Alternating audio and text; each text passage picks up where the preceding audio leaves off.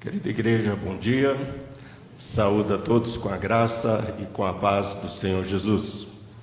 Vamos orar mais uma vez, pedindo a bênção de Deus para esse momento.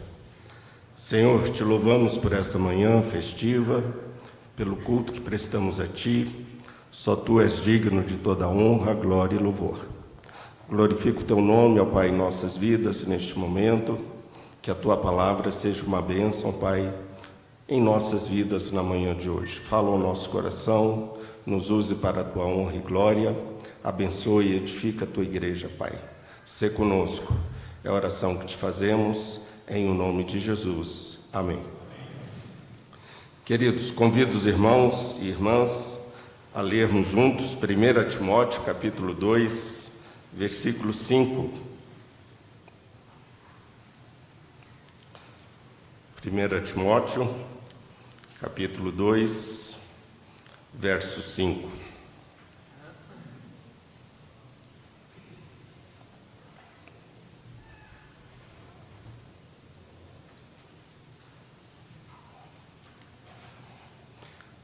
Porque há um só Deus e um só mediador entre Deus e os homens, ou como diz a Nova Almeida atualizada, entre Deus e a humanidade, Cristo Jesus, homem.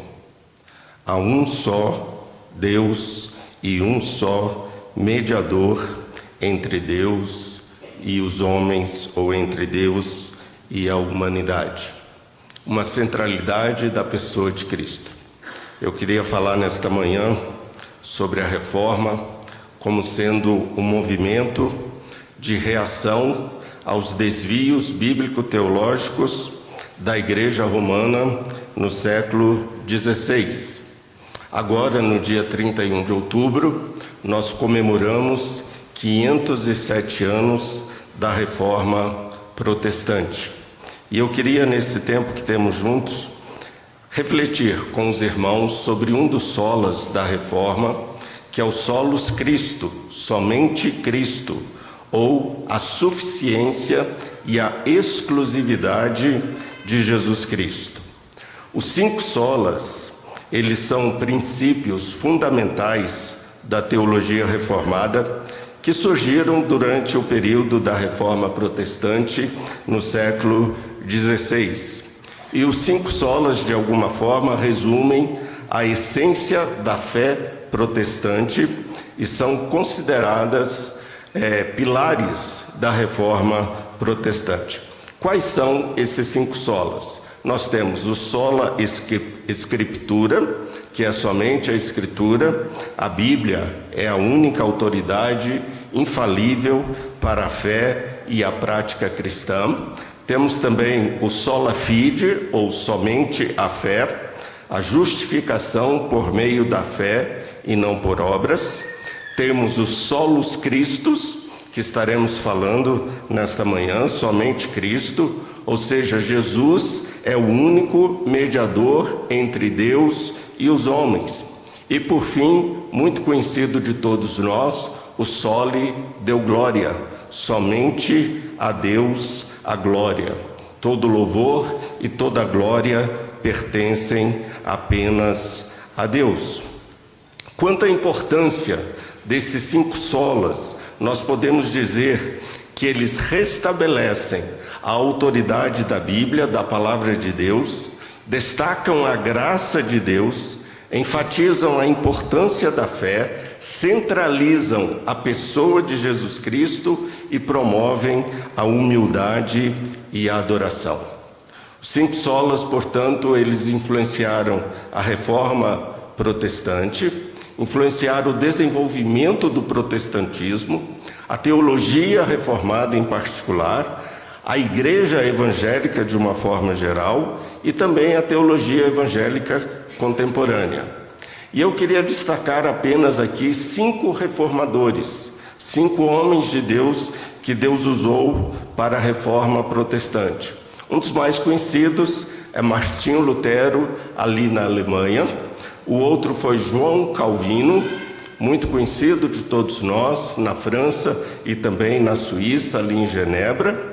Ulrich Zwinglio, na Suíça. O Philippe Melanchthon, que foi o secretário particular de Lutero e também o sistematizador da teologia reformada, Philippe Melanchthon também na Alemanha, e por fim, John Knox na Escócia. John Knox foi o pai da reforma escocesa. Chama atenção tanto para John Knox quanto também para Martinho Lutero. Por que John Knox é tão importante e caro para nós? John Knox foi um dos primeiros a usar o termo presbiterianismo. Ele foi o fundador do presbiterianismo. E John Knox aplicou as ideias de Calvino, ele aplicou-as à Escócia, à Igreja da Escócia. John Knox influenciou a criação da Igreja Presbiteriana, não só na Escócia, como também influenciou a Igreja nos Estados Unidos. E John Knox foi um dos responsáveis também por um dos primeiros movimentos iconoclásticos na história contra as imagens e adoração de imagens. Portanto, John Knox foi um líder visionário, transformou a Escócia com a sua paixão pela reforma protestante e pela Bíblia. John Knox traduziu a Bíblia também para o idioma escocês, aonde todos podiam ler a Bíblia, a palavra de Deus, na sua própria língua. A Bíblia é interessante na reforma protestante. Todos os reformadores foram, de uma forma ou outra, desde Martinho Lutero, extremamente impactados pela palavra de Deus. Ouvimos nessa manhã o testemunho dos Gideões. A Bíblia sempre esteve presente na vida de todos os reformadores. Martinho Lutero, o pai da reforma protestante, nós podemos dizer, quanto a ele, que Martinho Lutero foi transformado pela palavra de Deus, e Martinho Lutero também transformou a Bíblia. Lutero mostrou que a igreja do seu tempo estava corrompida porque havia se esquecido de viver os princípios da palavra de Deus e interpretá-la de forma correta, aonde Martinho Lutero mostrou que a Bíblia estava sendo deturpada e corrompida. Lutero, ele foi transformado pela palavra de Deus. Ele libertou as Escrituras em relação ao magistério da igreja da sua época. Na época de Lutero, o pastor Marco Antônio já falou, a Bíblia era escrava da tradição da igreja. Na época de Lutero, a única Bíblia que o povo lia era a Bíblia que eles ouviam por parte da igreja. E eles tomavam aquelas palavras, aqueles ensinamentos como voz de Deus. Naquele tempo o povo não tinha acesso à Bíblia, eles não tinham acesso à palavra de Deus como nós temos hoje. Martinho Lutero, ele nos diz que até os seus 20 anos de idade, ele nunca havia visto uma Bíblia na sua vida. Naquela época, a Bíblia que ficava no templo, ela era presa a uma corrente para que ninguém pegasse a Bíblia e atirasse ali da igreja.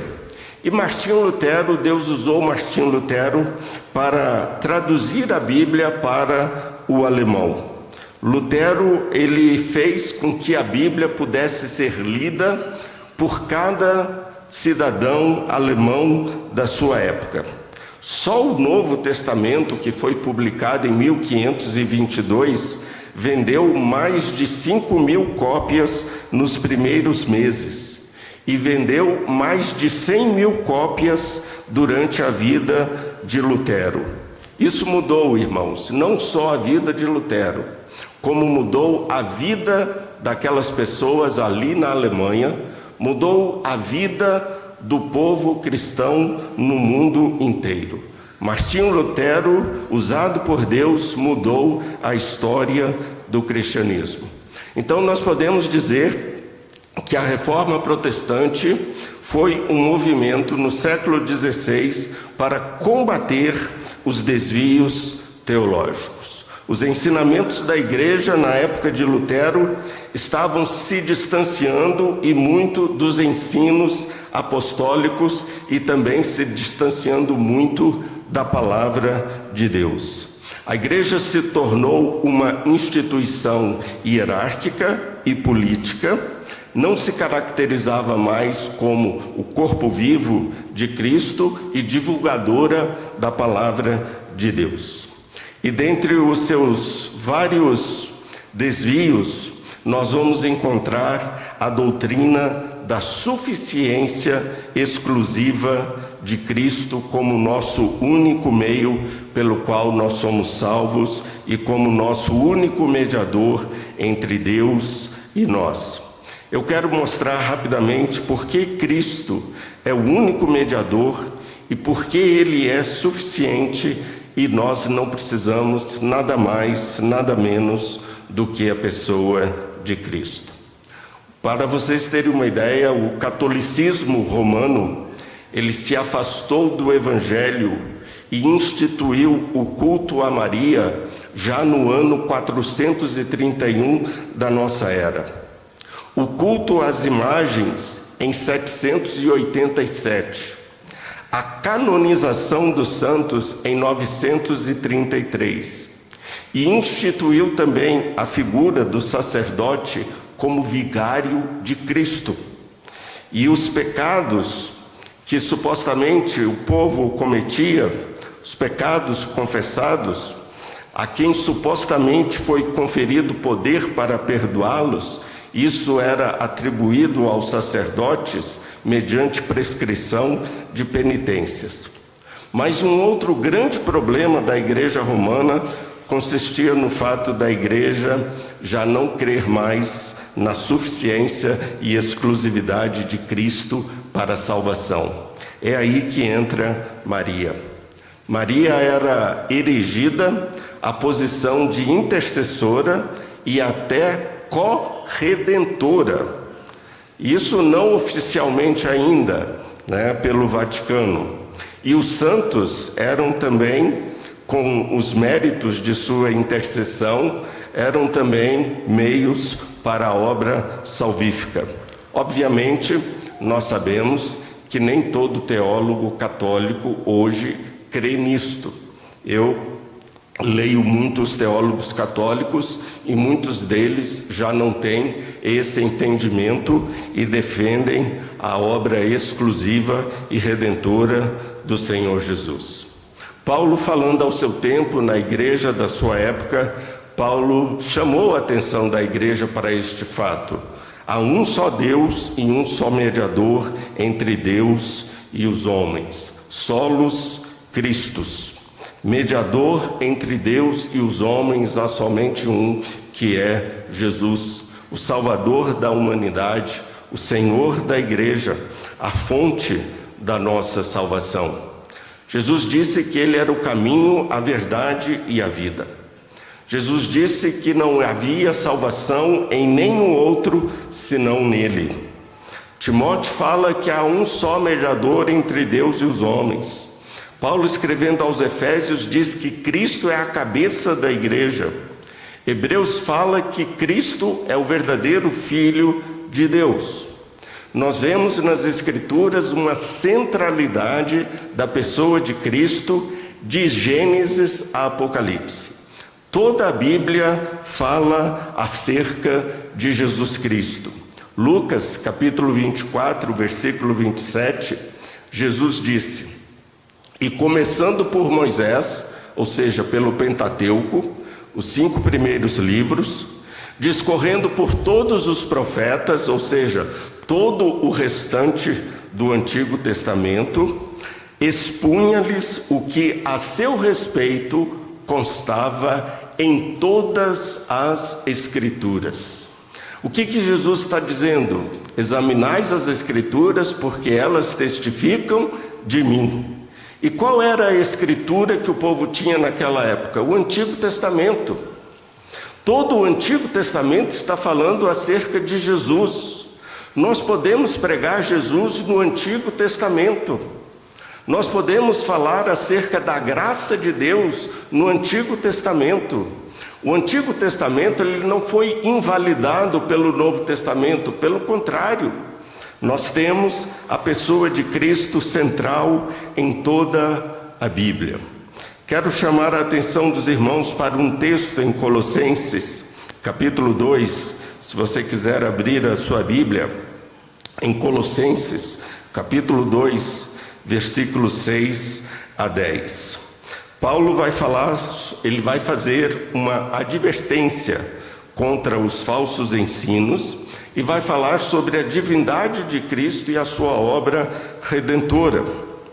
Ele nos diz nos versos 6 e 7, falando contra os ensinos heréticos: Ora, como recebestes Cristo Jesus, o Senhor, assim andai nele, radicados, edificados e confirmados na fé, tal como fostes instruídos, crescendo em ações de graça. E no verso 8 a 10, ele faz uma advertência contra os falsos ensinos. Cuidado, ninguém vos venha enredar com a sua filosofia e vãs sutilezas, conforme a tradição de homens, conforme os rudimentos do mundo, e não segundo Cristo, porquanto nele, em Cristo, habita corporalmente toda a plenitude da divindade. Também nele estáis aperfeiçoados. Ele é o cabeça de todo principado e potestade. O grande tema de Colossenses é que os heréticos que estavam por detrás da carta de Paulo aos Colossenses, os gnósticos ou proto-gnósticos, eles acrescentavam ao Evangelho rudimentos e tradições humanas, vãs filosofias, adicionavam à pessoa de Cristo outras fontes que provavelmente, segundo eles, daria ao homem acesso a Deus. Portanto, Paulo fala do perigo e a heresia das adições que se faz a Cristo. Cristo e mais alguma coisa. Cristo e mais uma filosofia. Cristo mais a tradição. Como na Igreja Católica, Cristo mais o Papa. Cristo mais os anjos. Cristo mais Maria. Paulo, nesse capítulo 2, ele fala de 5 adições que eram feitas à pessoa de Cristo. A primeira, ele fala no verso 8, um sistema de astrologia. Cristo mais a astrologia, que ele chama de rudimentos do mundo, a estoiqueia. Ele fala da circuncisão, Cristo mais a circuncisão, mais a lei. O verso 11 ele diz: fostes circuncidados não por intermédio de mãos. Ele fala do culto aos anjos, Cristo mais o culto aos anjos, o verso 18.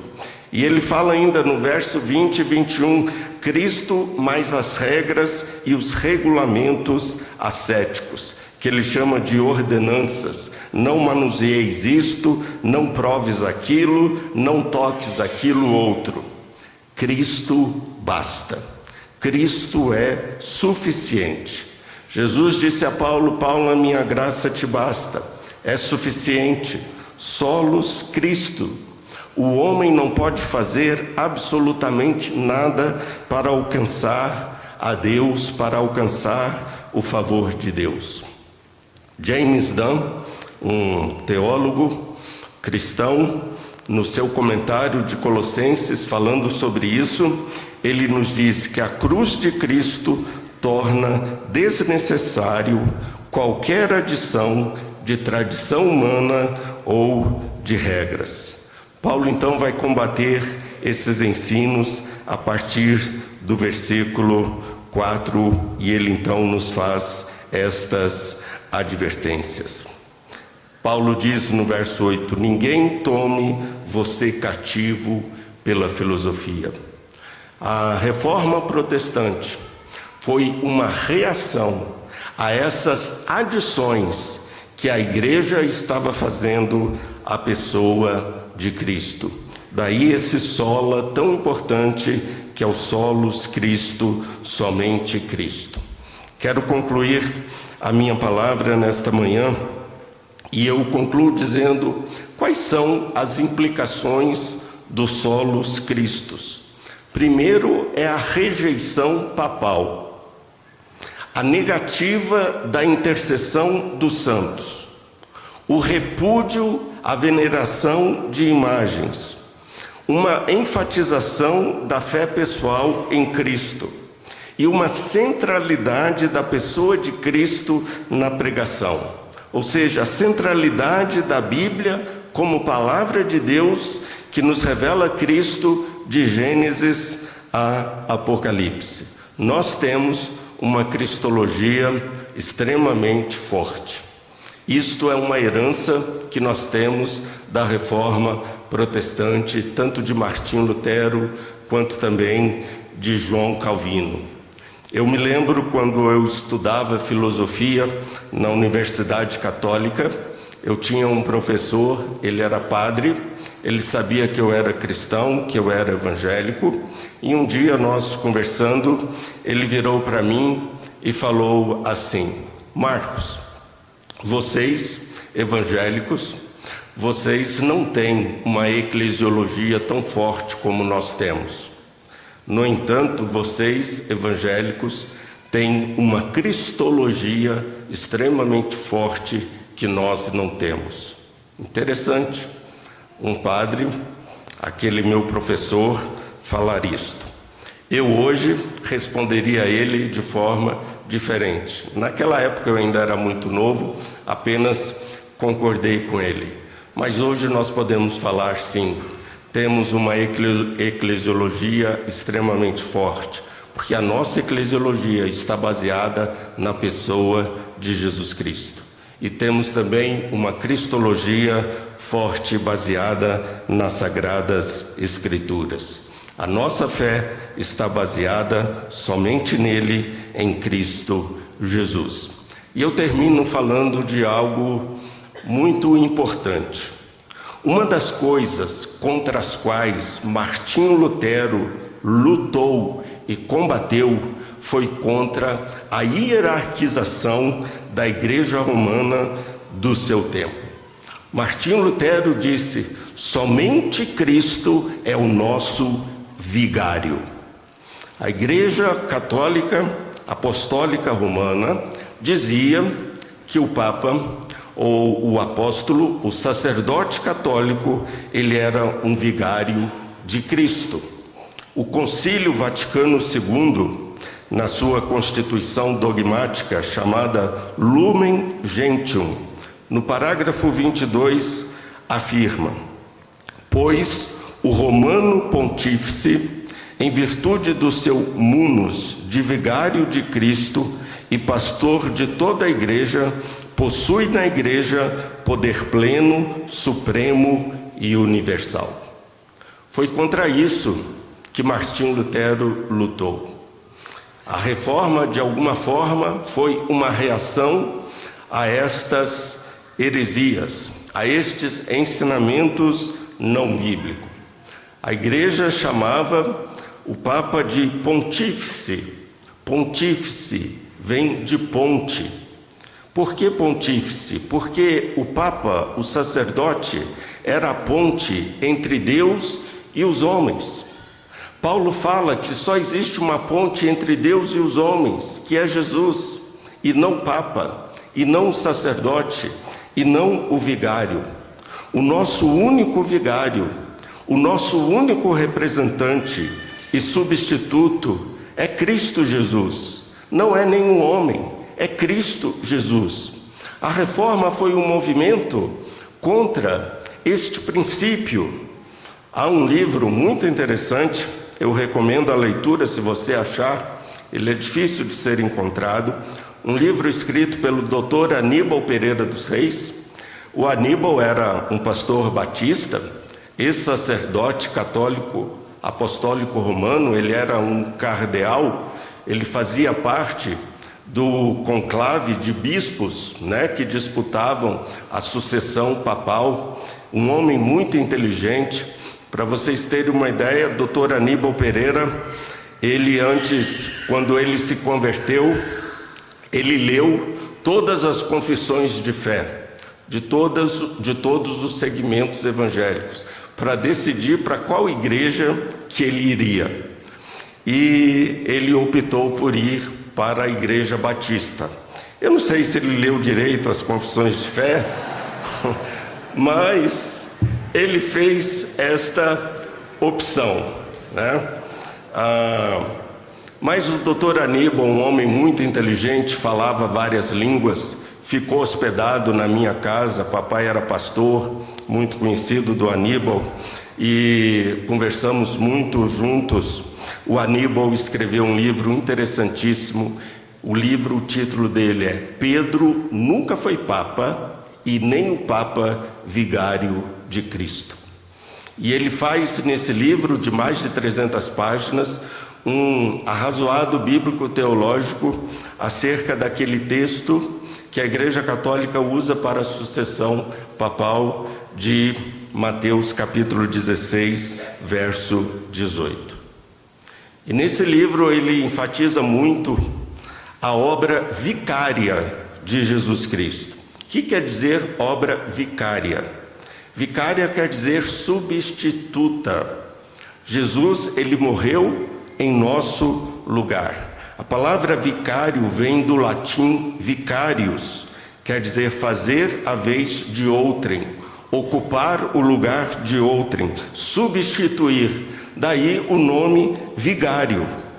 E daí o nome que nós temos em português, vice-presidente, vice-governador, vice-prefeito, é aquele que se coloca no lugar de outro. Irmãos, somente Cristo era o único que poderia nos substituir. Cristo e somente Cristo é o nosso vigário. Foi Cristo quem morreu por nós. Foi Cristo quem se deu em nosso lugar. Foi Cristo que morreu pelos nossos pecados. Portanto, há um só mediador entre nós e Deus, Cristo Jesus, o homem. Solos Cristo, somente Cristo. E eu termino como todo reformador terminava suas pregações e terminava os seus escritos. Soli Deo glória. Somente a Deus a glória. Que Deus nos abençoe. Amém.